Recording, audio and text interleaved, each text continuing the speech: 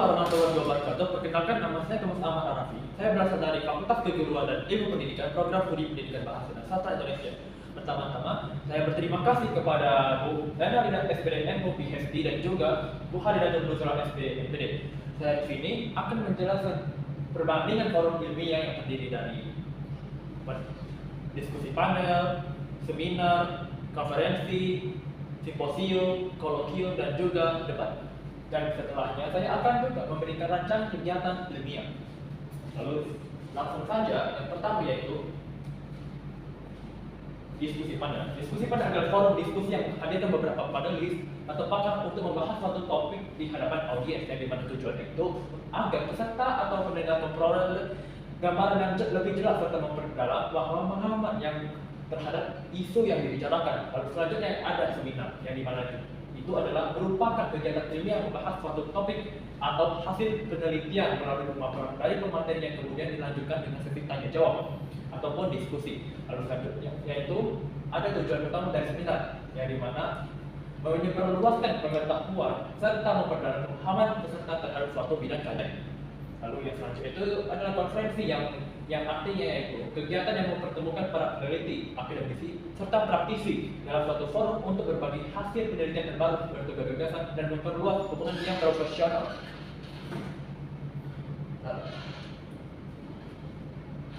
Lalu selanjutnya yaitu ada simposium, yang dimana merupakan forum ilmiah yang melibatkan beberapa pembicara untuk membahas satu topik tertentu dari berbagai sudut pandang keilmuan yang berbeda-beda. Lalu kegiatan ini juga bertujuan agar peserta dapat memperoleh pemahaman dan analisis yang lebih mendalam dan juga menyeluruh terhadap suatu permasalahan.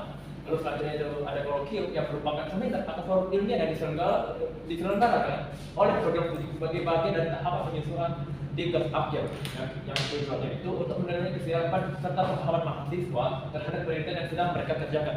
Lalu yang terakhir ada debat, merupakan suatu kegiatan yang menghadirkan beberapa pihak dengan perbedaan pendapat mengenai suatu permasalahan, yang dimana juga tujuannya itu adalah menyampaikan serta mempertahankan argumen secara rasional disertai alasan yang kuat.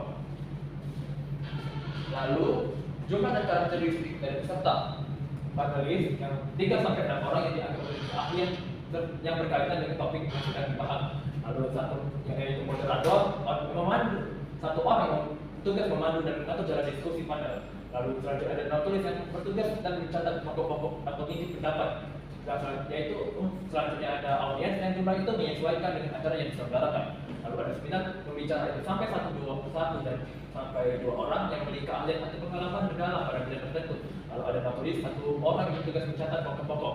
Lalu ada audiens yang jumlahnya itu menyesuaikan. Lalu ada MC, 1 orang yang bertugas membuka dan memandu jalan secara umum dan menutup kegiatan seminar. Lalu ada moderator, 1 orang yang bertugas memimpin sisi pemaparan materi serta mengatur jalannya sesi tanya jawab antara pembicara dan juga peserta. Lalu ada konferensi, ada pembicara utama 2-3 orang, pembicara undangan yang jumlah itu bisa menyesuaikan dengan acara. Lalu ada pemakalah atau peneliti yang sama, yang biasanya itu jumlahnya itu bisa mencapai puluhan orang. Lalu ada MC yang ada satu orang, lalu ada moderator, ada 1 orang juga, lalu ada tulis 1 orang, lalu ada penelitian yang biasanya itu sekelompok orang-orang yang bertanggung jawab dalam mengatur, mengkoordinasikan, dan memastikan seluruh rangkaian kegiatan konferensi berjalan dengan baik dan juga lancar. Lalu dan juga ada jumlah dan karakteristik dari peserta. Ada simposium, pembicara ahli yang biasa dari 3-4 orang yang memiliki keahlian pada bidang tertentu. Lalu penyangga 1-2 orang, moderator 1 orang, menulis 1 orang, dan juga audiens yang jumlahnya juga menyesuaikan. Lalu ada kolokium, yang dimana itu terdiri dari dosen pengunci 2-3 orang, ketua sidang itu ada 1 orang, mahasiswa itu ada 1 orang, sekretaris sidang itu ada 1 orang, dan juga audiens yang juga jumlahnya itu menyesuaikan. Lalu ada debat, tim pro dan juga tim kontra, yang masing-masing itu terdapat 3 orang. Lalu selanjutnya itu ada moderator, yang dimana itu ada 1 orang, juri itu sekelompok orang yang bersifat objektif dan juga adil. Lalu ada penulis, ada 1 orang, dan juga audiens yang juga itu juga menyesuaikan dengan acara. Lalu masing-masing pemimpin dan moderator dalam masing-masing forum dan diskusi panel itu membuka kegiatan, memperkenalkan serta memandu proses tanya jawab dan interaksi antara audiens dan juga dengan panelis. Lalu ada seminar, pihak yang berperan mengendalikan jalan seminar. Lalu konferensi juga memulai konferensi, mengkoordinasikan alur kegiatan dan juga bersama, memandu diskusi serta sesi tanya jawab dan juga mengatur pembagian waktu dan memberikan penutup berupa kesimpulan.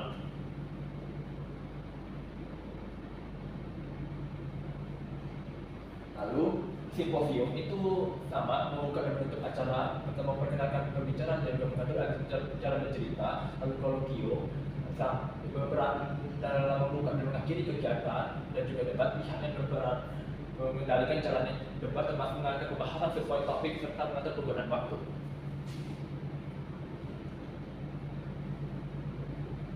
Lalu ketika formalitas yang berlaku itu dari diskusi panel itu semi formal, seminar formal, konferensi sangat formal, simposium itu formal, kolokvium itu formal dan juga debat itu formal.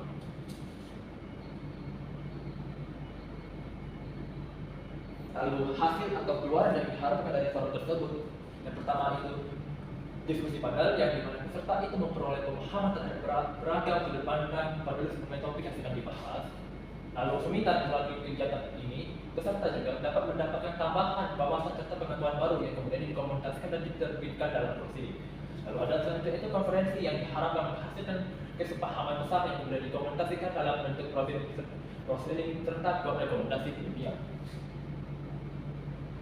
Lalu simposium, peserta yang diharapkan dapat memahami secara mendalam isu atau permasalahan yang menjadi fokus pembahasan. Lalu ada kolokvium yang menghasilkan umpan balik yang mencakup saran kritik bersifat konstruktif atau membantu serta masukan perbaikan secara substansial terhadap rencana maupun hasil penelitian mahasiswa dari dosen penguji dan juga dari para peserta. Lalu ada debat yang tujuan utama debat tidak hanya terletak pada kemenangan dalam berpendapat, tetapi juga pada upaya memperdalam pemahaman serta membangun penalaran yang didasarkan pada fakta dan data yang relevan.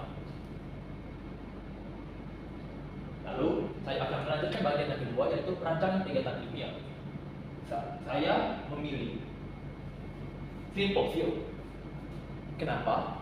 Simposium ini dipilih oleh saya karena memungkinkan beberapa ahli menyampaikan pemikiran mereka secara terarah dalam satu tema yang sama. Yang melalui kegiatan ini juga peserta dapat memperoleh penjelasan lebih mendalam dari berbagai sudut pandang ilmu yang berbeda-beda, mengingat mereka dari latar belakang pendidikan yang juga berbeda.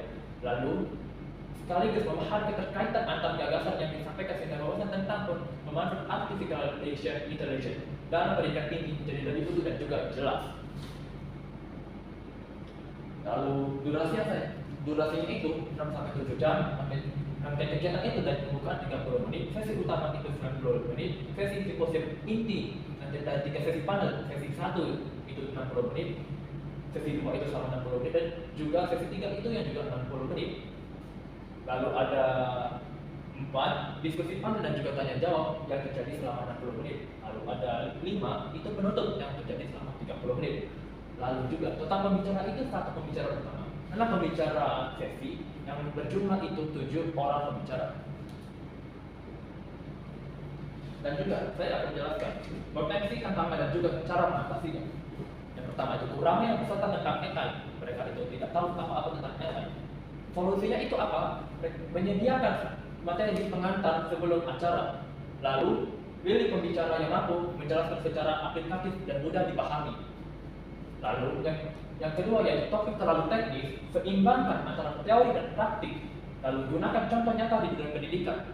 Yang keempat, partisipasi peserta rendah saat diskusi, gunakan moderator aktif serta sediakan sesi tanya jawab interaktif misalnya dengan polling ataupun dengan pernyataan tertulis. Selanjutnya itu bagaimana sih cara mengukur hasil dari kegiatan? Itu pertama indikator kuantitatif, itu dari jumlah peserta yang hadir, dengan kehadiran dari awal hingga akhir, jumlah pertanyaan atau pasti dari diskusi. Lalu yang kedua ada dari indikator kualitatif yang juga terdiri dari feedback peserta melalui kuesioner atau forum juga bisa. Lalu ada kepuasan terhadap materi dari pembicara. Lalu juga yang terakhir ada pemahaman peserta terhadap AI dalam pendidikan. Baik, terima kasih. Sekian dari saya. Wassalamualaikum warahmatullahi wabarakatuh.